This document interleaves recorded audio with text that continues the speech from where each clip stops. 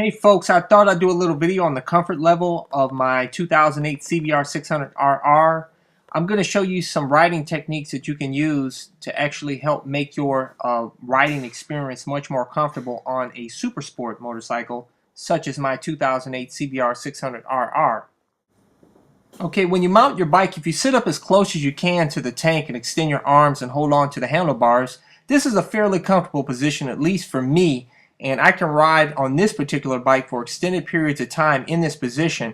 But if I want to get into a more aggressive riding position, all you have to do is just scoot back on the seat, extend your arms out, and bend your elbows just slightly.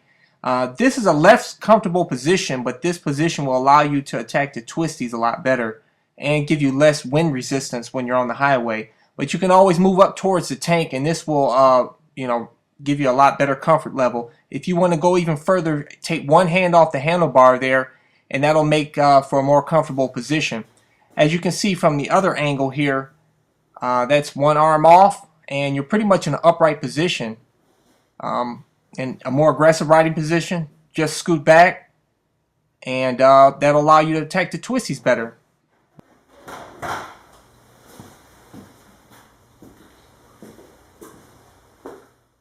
For those of you that are new to super sport motorcycles and are trying to figure out how you would fit on this particular bike by looking at me on this bike, I just want to let you know my measurements are I'm about 6'1", I have about a 33-inch inseam, and I have about a 29.5-inch reach.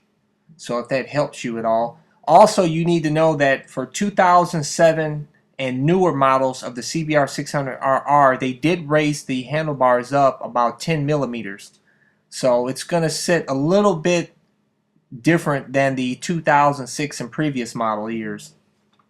For those of you that ask the question, is this bike a good commuter bike, and is it a good bike to take on long trips? And you may also ask, what is the comfort level on this bike when you take it on long trips? Okay, as far as commuting, I think this is a great bike to commute on.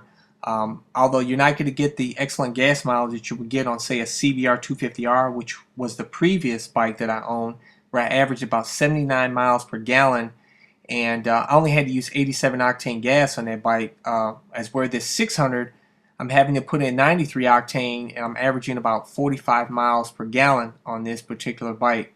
And so you're going to pay a little bit more in gas costs for this bike, but the trade-off is you're getting a whole lot more power on this 600.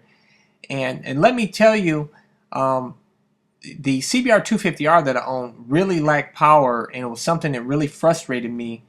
There'll be many times I go up a steep incline and I really have the throttle wide open, cranked to the fullest, and I would max out at like 40 miles per hour. So if I was on a street where I had a speed limit of 45 miles per hour, we got cars in back of me that are pissed that I'm going so slow and would go around me, and that really frustrated me, and that's one of the reasons why I stepped up to a bigger bike. As far as insurance costs, for me, I have an excellent driving record, and I only pay $290 a year full coverage, $250 deductible on this bike. So it was only a difference between, I think I paid about $110 on the $250. So it wasn't that big of a deal as far as insurance. Maintenance costs is a little bit more on the 600, but like I said, to me the power on this bike is worth it. With the 600, you're going to get a whole lot more power on the bottom, mid, and top end of the RPM range on this bike. The CBR600 does 0 to 60 in about 3 seconds, whereas the CBR250R did it in about 10 seconds. And it goes to show you how big the power difference is. And also, the mid-range is absolutely blow the 250 away. You can't even compare the two. So you're going to have the power you need to power you out of any type of situation that you're in. With this 600, whether it be in the city or on the highway.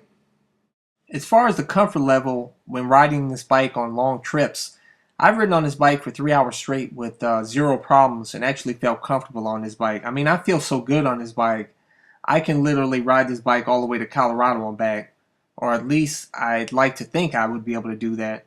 But I feel really good on this bike, and like I said earlier in this video, you can change your riding position to feel more comfortable on the bike should you need it. Like I said, sit up closer to the tank, and or take your left hand off the handlebar there and rest it on your knee, and you're in a completely upright position. And I do that often when I ride just to, you know, switch it up every now and then. Um, but you know, some people get rid of their super sport bikes and get naked bikes because they want to be in a completely upright position. But a lot of people don't realize is that you get no wind protection on naked bikes. You know, you get that full wind blast, as whereas on the super sports, you know, when you're in a more aggressive riding position, you're on the highway, you cut right through the wind. You have zero wind problems. So in my opinion, the super sport bike, it's the best of both worlds. You can sit in an upright position anytime, and you can get into the aggressive riding position.